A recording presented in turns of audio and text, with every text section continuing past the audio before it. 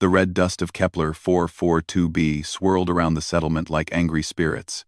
But Marcus Chen had seen worse storms in his 20 years of terraforming work.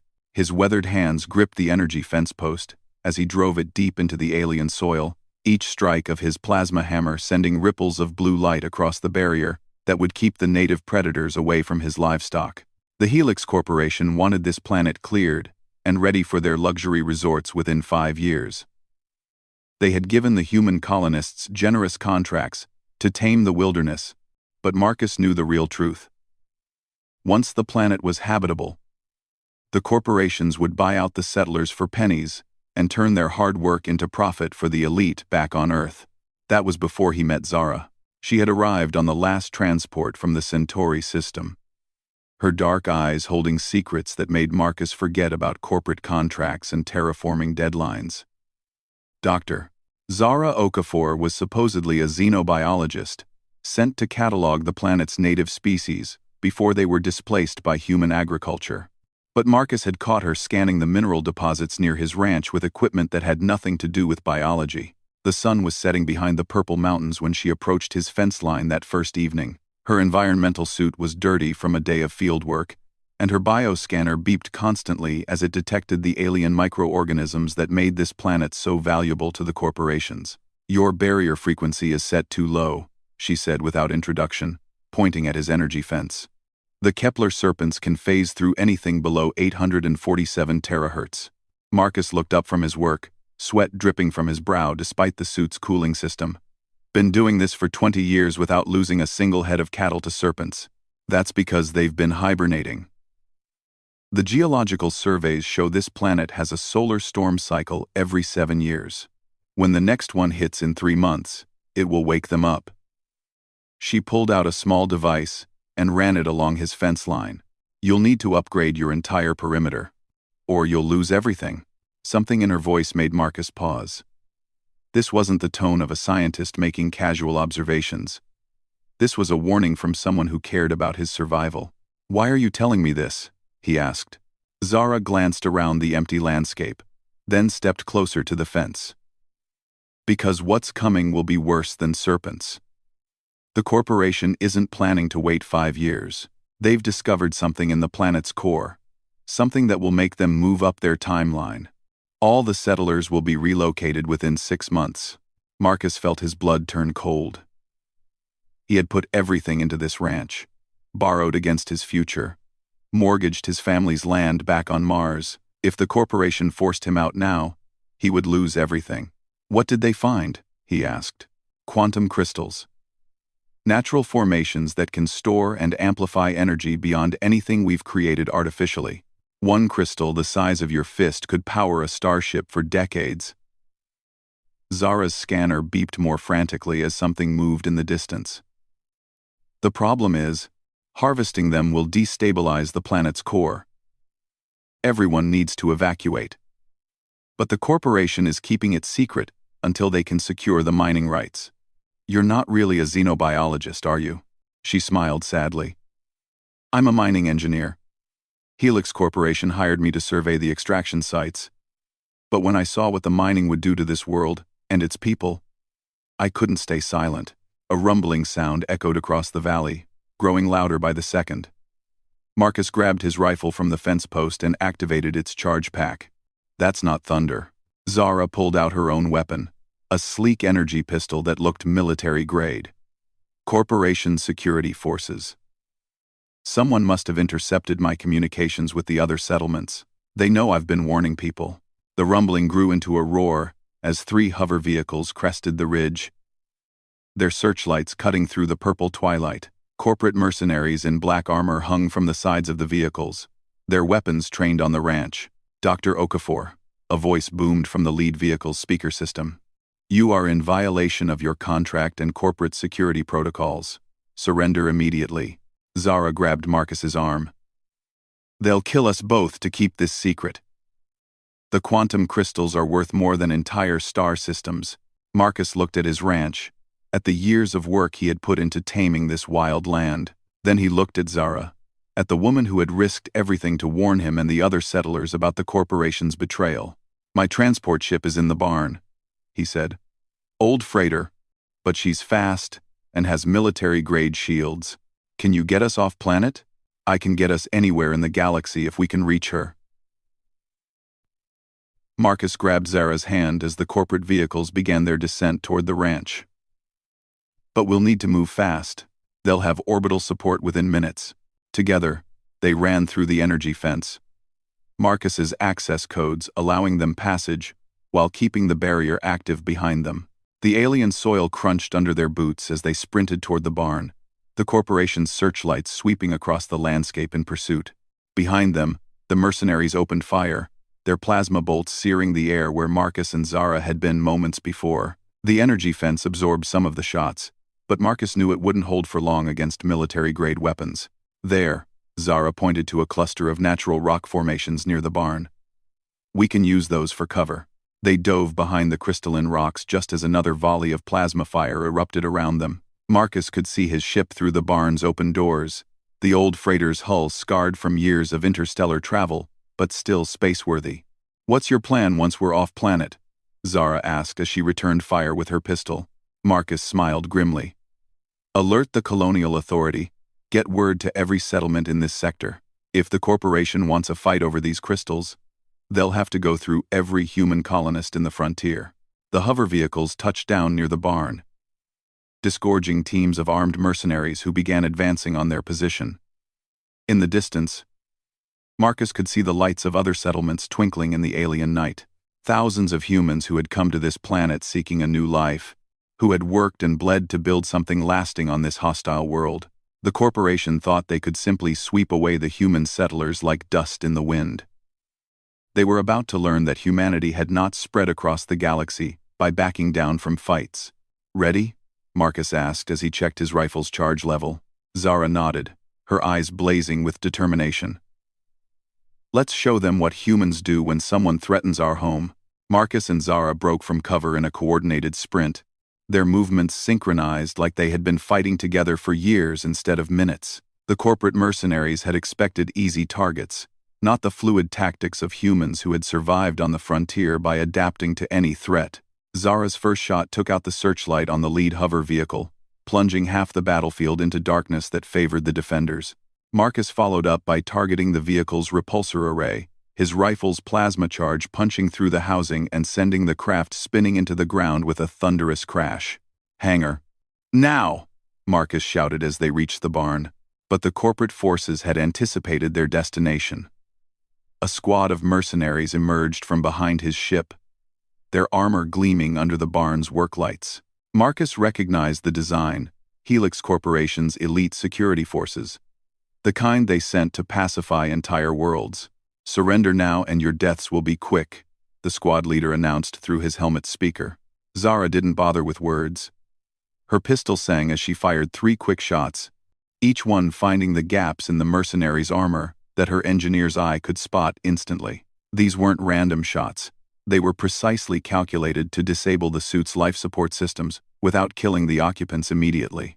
Marcus added his own fire to the assault, but his shots targeted the barn's structural supports. Ancient earth timber, mixed with local ironwood, came crashing down, creating barriers and choke points that turned the corporate soldiers' advantage into a liability. The ship, Zara called as she vaulted over a fallen beam. Marcus was already moving, his hands dancing over the freighter's control panel with the familiarity of decades in space. The ship's fusion reactor hummed to life, casting blue light through the barn as the engines began their startup sequence. 2 minutes for full power, he called as Zara dove into the co-pilot's seat. Outside, more corporation forces were arriving. Marcus could see at least 6 hover vehicles now, with orbital dropships visible as bright stars against the purple sky. The corporation wasn't just trying to silence them. They were making an example that would discourage other settlers from resistance. Marcus, Zara's voice was urgent as she worked on her scanner. I'm detecting massive energy readings from the planet's core. They've already started preliminary extraction. What does that mean? It means we have less time than I thought. The quantum crystals are connected in a planetary network. Start harvesting in one location, and you destabilize the entire system. We've got maybe weeks before the planet becomes uninhabitable. Marcus felt the ship's engines reach full power just as the first orbital bombardment began. The corporation was done playing games. Energy beams lanced down from space, turning sections of his ranch into molten glass. "Hold on," he said, and launched the freighter straight up through the barn roof. The old ship's hull groaned under the stress, but she held together. Marcus had rebuilt her from the ground up over the years, replacing corporate standard components with human-designed alternatives that prioritized durability over efficiency. Every bolt, every circuit, every piece of armor plating had been crafted by human hands for human needs. They burst through the atmosphere just as another wave of bombardment struck the ranch. Marcus's home of 20 years vanished in a ball of superheated plasma. But he didn't look back. The past was gone. What mattered now was the future he and Zara might build together. 3 corporation battle cruisers in orbit, Zara reported from the sensor station. "They're moving to intercept. Let them try." Marcus fed power to the weapons array, ancient but reliable guns that he had salvaged from decommissioned military vessels. "This ship has taken on worse odds." The lead cruiser fired first, its energy beams designed to disable rather than destroy. The corporation still wanted Zara alive for interrogation, but Marcus had spent years modifying his shields, and the freighter's defensive arrays absorbed the incoming fire with barely a flicker. "Impossible," came the transmission from the cruiser's captain. "No civilian vessel should have that level of protection." Marcus smiled as he armed his missiles. "That's where you're wrong. This isn't a civilian vessel. This is a human ship." His first salvo caught the corporation forces completely off guard. The missiles weren't standard armaments but mining charges he had modified for combat, each one carrying a shaped quantum charge that could punch through military armor. The lead cruiser's shields collapsed under the assault, and secondary explosions rippled along its hull. "Warning shots," Marcus transmitted to the remaining ships. "The next ones won't be." But the corporate forces had their orders. The second cruiser opened fire with everything it had, turning space around the freighter into a web of deadly energy. Marcus threw his ship into a series of evasive maneuvers that would have torn apart a standard vessel, but his modifications held. Every system on the ship had been designed by humans for the harsh realities of frontier life. Zara was working frantically at her station, her scanner now connected to the ship's communication array. "I'm broadcasting on all colonial frequencies," she said. "Every settlement in this sector is getting the data about the quantum crystals and the corporation's plans. Will they believe it? They'll have to. I'm including the geological surveys, the mining projections, everything." Her fingers flew over the controls as another wave of enemy fire rocked the ship. "Marcus, there are settlements on 16 different worlds that will be affected by this. If the corporation succeeds here, they'll use the same tactics everywhere." The third cruiser was moving to flank them when Marcus's proximity alarm screamed a warning. But it wasn't another corporation ship. It was a colonial defense vessel, its hull bearing the insignia of the Frontier Alliance. "This is Captain Rodriguez of the Esperanza," came the transmission. "We received your broadcast, Dr. Okafor. Marcus Chen, it's good to see you're still causing trouble for the corporations." Marcus laughed despite their desperate situation. Rodriguez had served with him during the Titan Rebellion 15 years ago, when human colonists had thrown off corporate rule through superior tactics and sheer determination. "Could use some help here, Captain." "Already on it. We've got 12 more ships inbound, and the Colonial Authority is dispatching a full battle group. Seems your girlfriend's data has caused quite a stir." The tide of battle turned quickly after that. The corporation had brought enough force to handle a few fugitive settlers, but they weren't prepared for coordinated resistance from the entire colonial fleet. Their cruisers found themselves outnumbered and outmaneuvered by ships that might have been older and less advanced, but were crewed by humans who had learned to fight as one people. "Corporate vessels, this is Admiral Singh of the Colonial Authority," came the transmission on all frequencies. "You are in violation of the Frontier Accords and are hereby ordered to withdraw from this system immediately. The corporation has legal mining rights to this planet," the lead cruiser's captain replied. "Not anymore.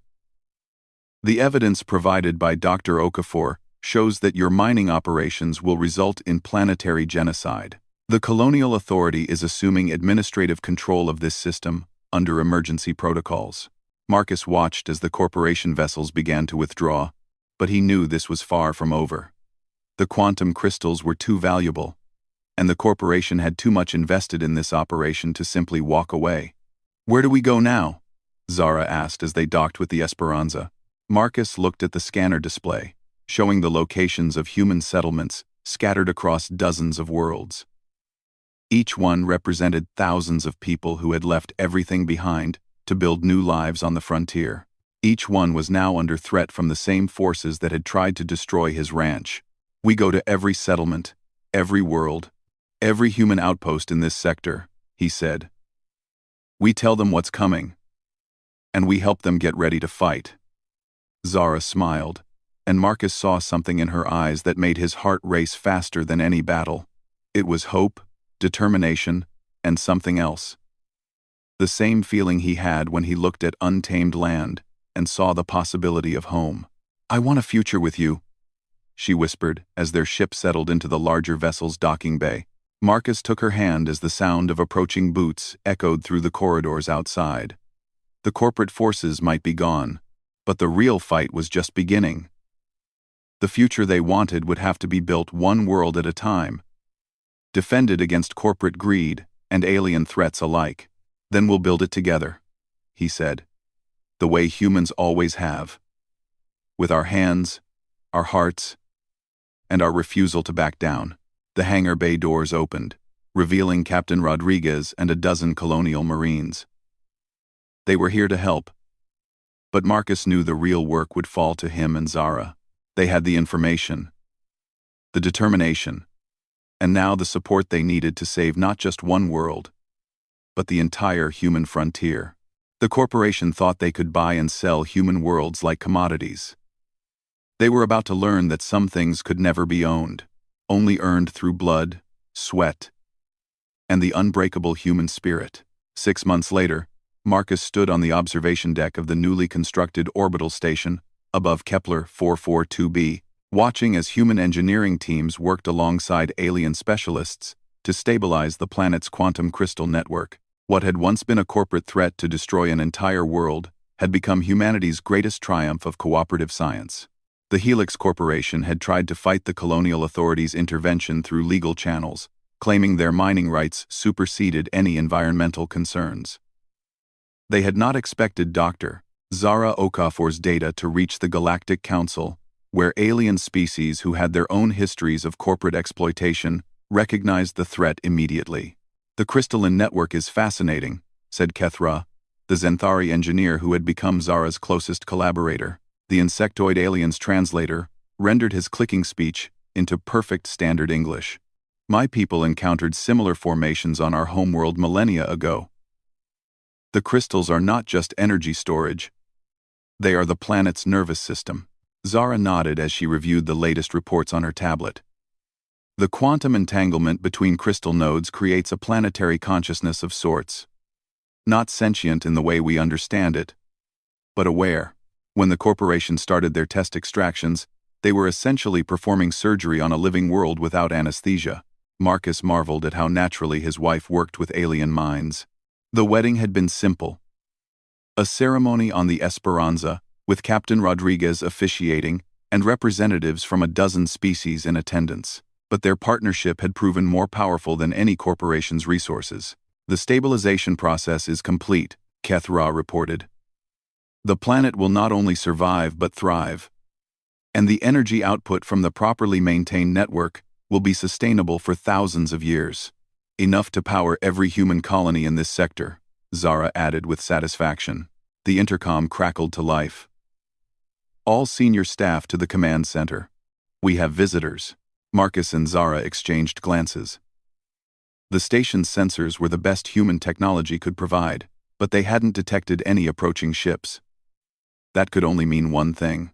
In the command center, Admiral Singh was standing before the main display screen, which showed a formation of sleek vessels unlike anything in the human or known alien databases. The ships seemed to shimmer and shift, as if they existed partially outside normal space. "They appeared without warning," the Admiral explained. "No warp signatures, No hyperspace exit points.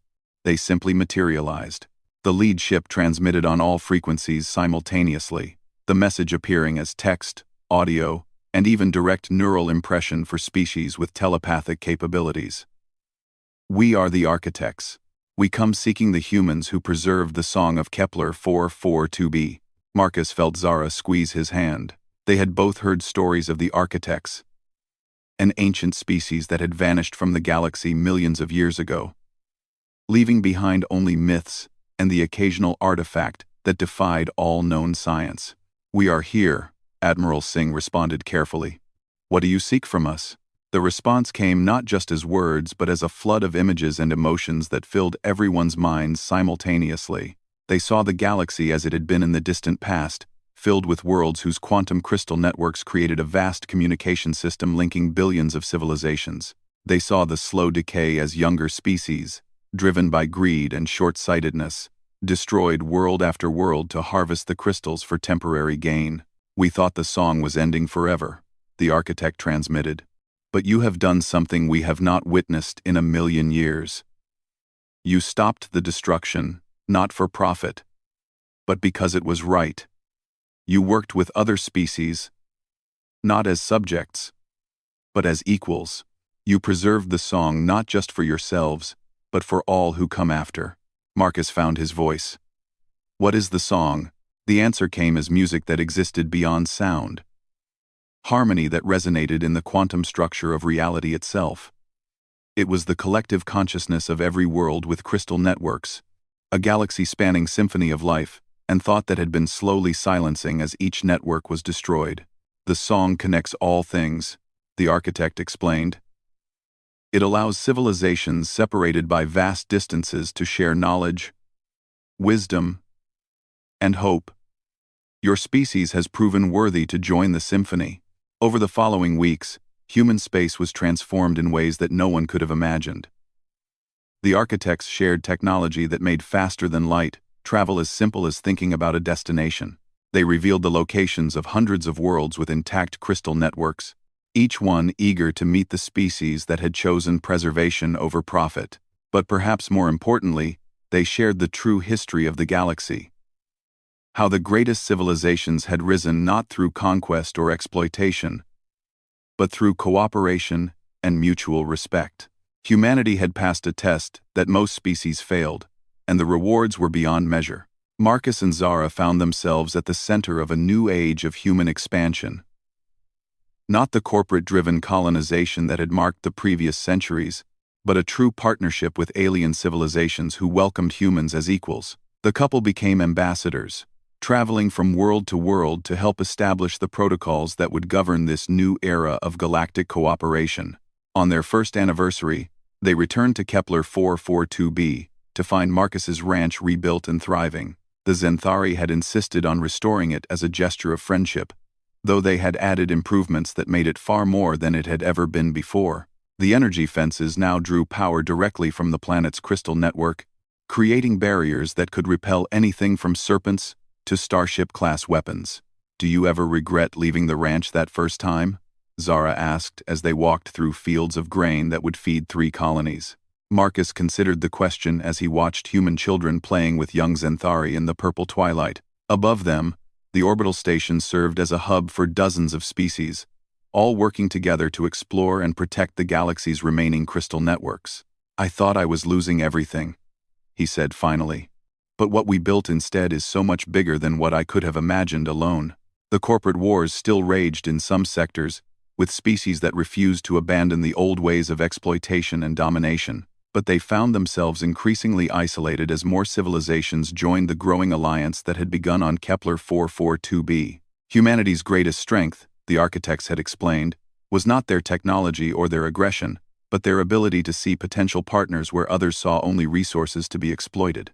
It was a trait that had allowed them to turn enemies into allies throughout their history, and it made them natural leaders in the galactic community. As if summoned by his thoughts, Kethra approached from the direction of the communications center, his translator singing with excitement. "Marcus, Zara, you must see this.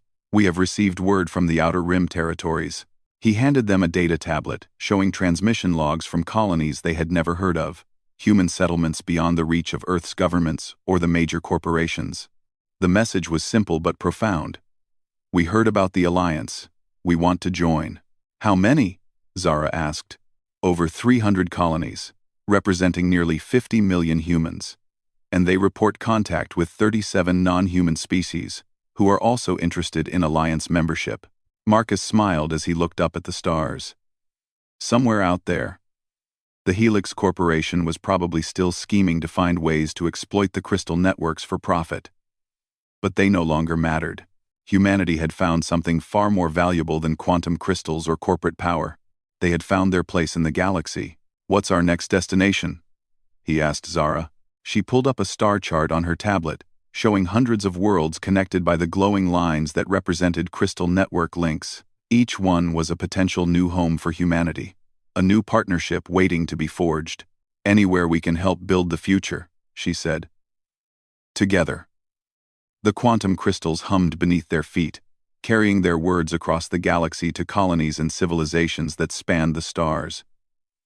It was a song of hope, of cooperation, of the unbreakable human spirit that had turned a corporate mining operation into the foundation of galactic peace. And in that song, the echo of a rancher's determination and an engineer's courage would inspire generations of humans to come.